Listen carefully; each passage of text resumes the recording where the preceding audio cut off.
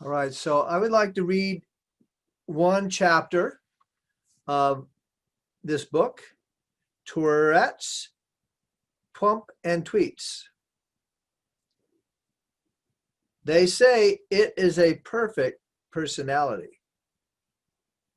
So this is chapter 9, called Endgame, Survival and Big Money Comeback. Some people have said that Trump never expected to win the election, and yet he did. Besides his huge ego, need for a phone that lenders would answer, need for an avenue to do bigger real estate deals, why else did he run for the White House? Speculation runs rampant, so let's let it run rampant again, tabloid style. This chapter includes an as of yet unpublished op-ed piece written 24th of January 2020, prior to the Senate acquitting Twump of consequences of impeachment by the House, by none other than our opinionista. This is written by our opinionista. It is called Violating the Constitution Under Penalty of Death. Op-ed piece by myself, Dr. J. Swarty, on January 24th, 2020. This is my speculation and projection, perhaps fictional, perhaps not, of a scenario that might explain why he ran for election. In 2017, people asked me my thoughts on why Donald Trump wanted to be president and what was going to happen. Based on my understanding of his history, I first said that we have to look at what's in it for him. Essentially because while everyone has some self-interest in everything they do, that is especially the case and always the psychological and motivational underpinnings of Donald Trump. So what else did I say? Given his string of bankruptcies, his lack of lenders picking up the phone when he called, this is all documented, and his need to go to Russia and elsewhere for his business capital, becoming president would give him a new status. No one would refuse to answer his phone calls. Would you agree? If you're president, who's going to not answer your phone call? Well, as we all know, when the president of the United States calls, you pick up the phone. Secondarily, becoming president also puts one in the seat of a vast intelligence network that can help find new real estate opportunities, like building a golf course in a transformed North Korea for pennies on the dollar. With another 3 years of observation of Donald Trump's action and behaviors, I now see another even deeper motivation for him to remain president by whatever means necessary. Beyond the obvious egotistical, testosterone-oriented reasons speculated above. Fear of death motivates many people to take extraordinary measures. He is no exception to the rule. Let's say you are massively in debt to organized crime, and organized crime has threatened to kill you and your family if you do not pay back what you owe. Well, certainly this is a story that humans have heard across the centuries, as well as have seen in hundreds, if not thousands, of movies and television shows in the United States and abroad. This scenario does exist in real life, so let's assume the story of a person who borrowed lots of money to begin and sustain businesses.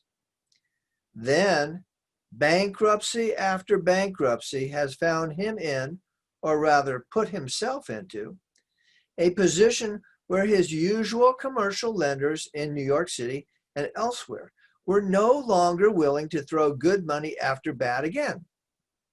So this individual, still owing money, perhaps also to gangster interests in gambling cities such as Atlantic City and Las Vegas, has to then search outside the borders of the United States in greater amounts than previously already done, and ended up finding willing oligarch lenders in Russia or elsewhere.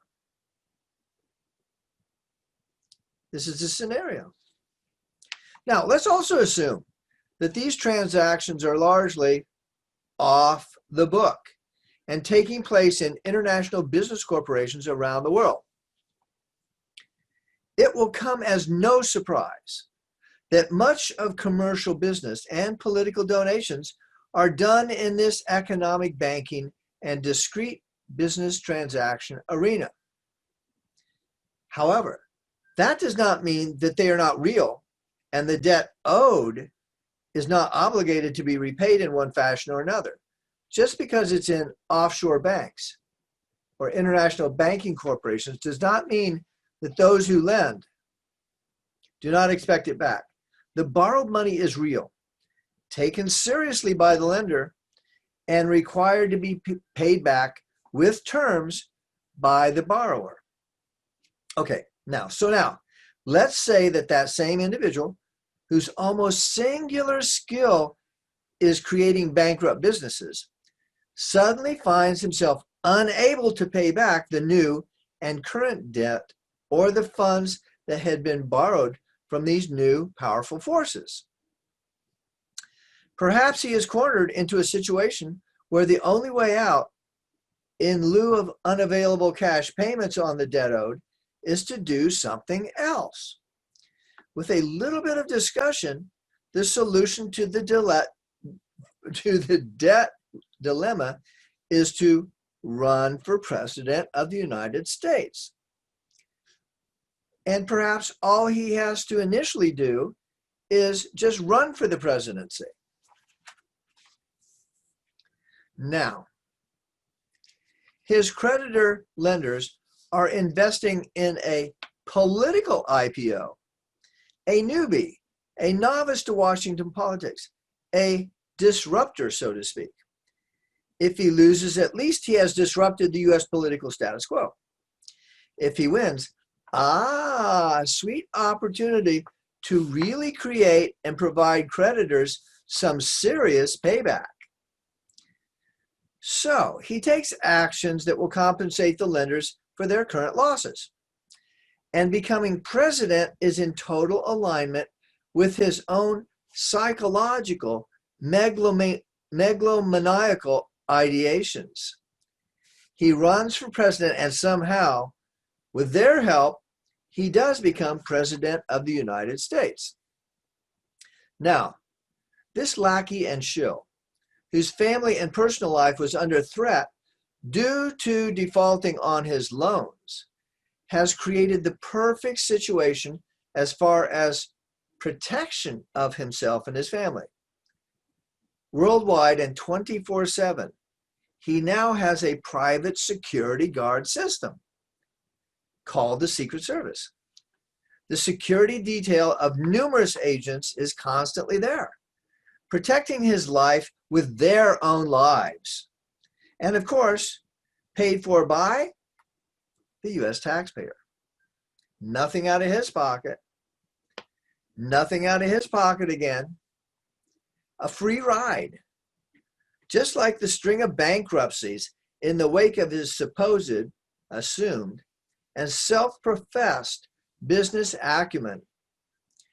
Using the universal vehicle for wealth and riches, opium. You've heard of opium, right? OPM, other people's money. Right in keeping with that. What else is perfect about this? A presidential private security guard advantage continues to be provided after leaving office.